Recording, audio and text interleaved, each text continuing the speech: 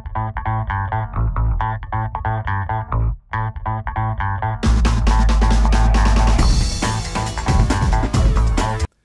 my name is Bob Dittmer, and welcome to Explorations in Public Relations. In this series of short video interviews, we explore and illuminate the subject of public relations.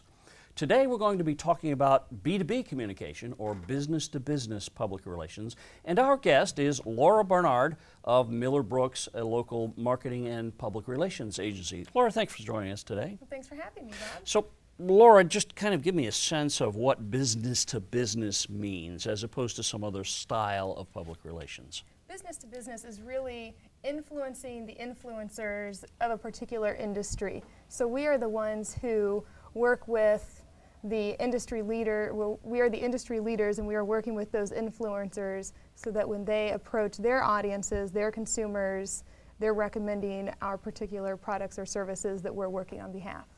And they're consumers, they're customers, as it were, really not the traditional customer that normal folks think of. It's not the customer walking into a big box retail store and buying something, but rather perhaps the big box itself, isn't it? Correct, exactly. A lot of times it's, you know, if you are a contract office furniture manufacturer, you're working with the various architects and designers and office furniture dealers in order for them to carry your products or recommend your products to their clients. So, you know, for an interior designer, you want them to recommend your product to a university or to another company.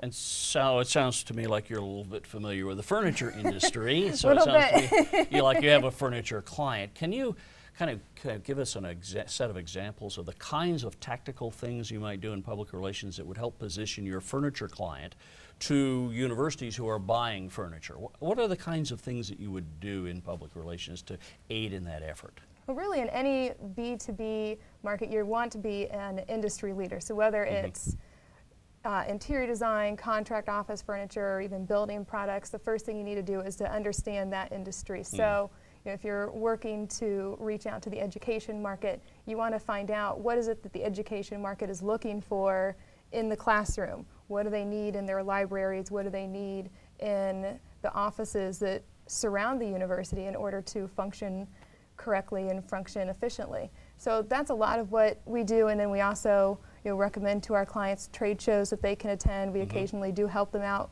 with trade show support in the form of press releases, media kits, media appointments with publications that work specifically reaching out to the education market. So they might reach out to facility managers who control the facilities in a university, or they might be the superintendents of an entire school system.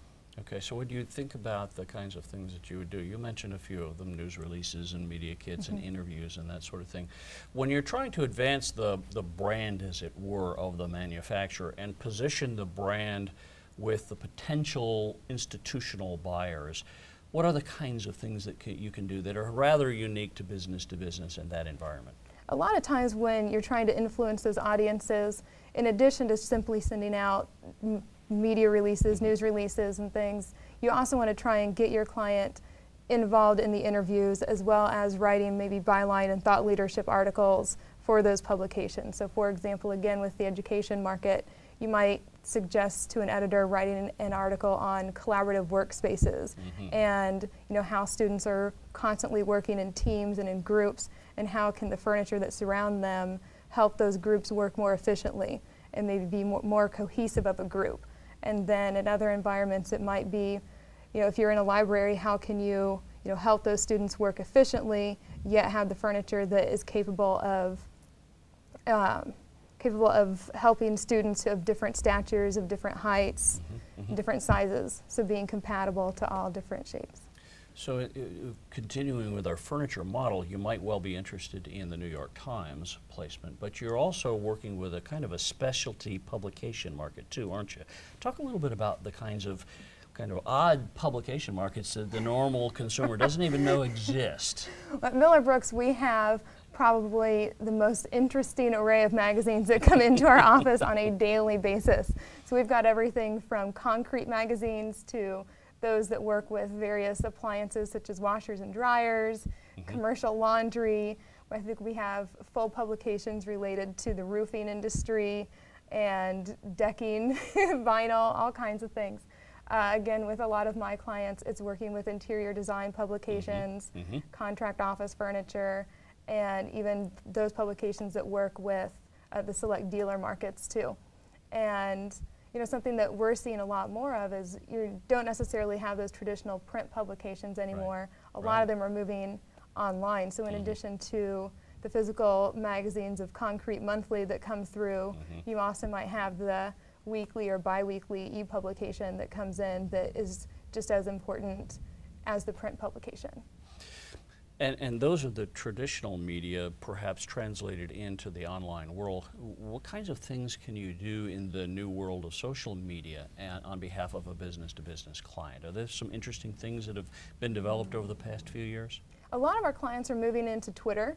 Twitter's become quite the medium for a lot of them. They like to be able to reach out again to these specific audiences. So they'll join certain groups that cater to whether it be construction professionals or again interior designers or even commercial laundry retailers, and so they'll connect with them via Facebook or Twitter, and then even go out and ask, what information do you want to see via this Twitter feed, and provide that the link to their various Facebook posts or their various blog posts to talk about what is the latest product that they have that's out on the market, what is it that their company has been doing to help with corporate social responsibility in their communities. And your role in all of this is the sort of the intermediary to try to find the stories and then get the stories placed in the right places. Am I characterizing that pretty accurately? Absolutely. So when our clients are doing, say for example, if their products have just been certified as a green product by a third-party specifier, one of the first things we'll want to look at is what publication, what medium should we first announce this, announce this new development. And so you go through and there's maybe a certain handful of environmental related publications that are also specific to your industry that focus in on sustainability, and maybe offer it to them first, and then you follow through with some of your other publications. And a lot of those can also just simply be online. Well, I guess that's certainly true more often today than not. Right. Yeah. And so this whole world of business to business is not one that the average American is probably even aware of, are they? They are the ultimate end user, perhaps the end consumer, but the homeowner doesn't really think about, who do I want to buy my roofing shingles from, do they? Who wants to know about that? Well, the roofer does. So you're really targeting the roofer on behalf of your shingle manufacturer. Absolutely. Really different world of public relations altogether, isn't it? Absolutely. Miller Brooks focuses in a lot on construction professionals. Many of our clients work in various building products, and so a lot of times we're working to influence architects and other construction professionals, like you said, that work on roofing or maybe in HVAC, different aspects of the home.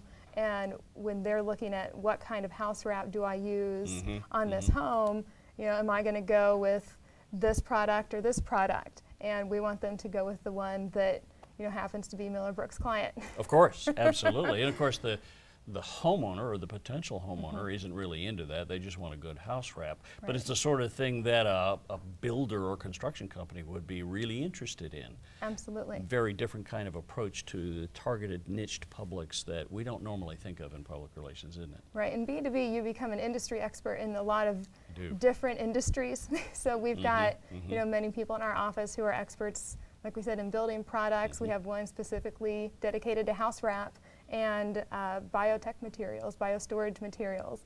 And so we've got a bunch of different audiences that we work with. And you're the furniture lady. I'm the furniture lady. Well, good. It sounds like an exciting business to be in. No pun intended. Yes, it was intended. It is a lot of fun. Great. You learn Laura, something new all the time. Thank you for joining us today. Well, thank you. It's been an interesting conversation. Thanks for having me. And thank you for joining us today on Explorations in Public Relations. We've been talking about public relations in the business-to-business sector, and we're going to continue to explore this profession and this practice of public relations in succeeding Explorations and PR videos. So please stay tuned to your Explorations and PR channel, and thanks for joining us today.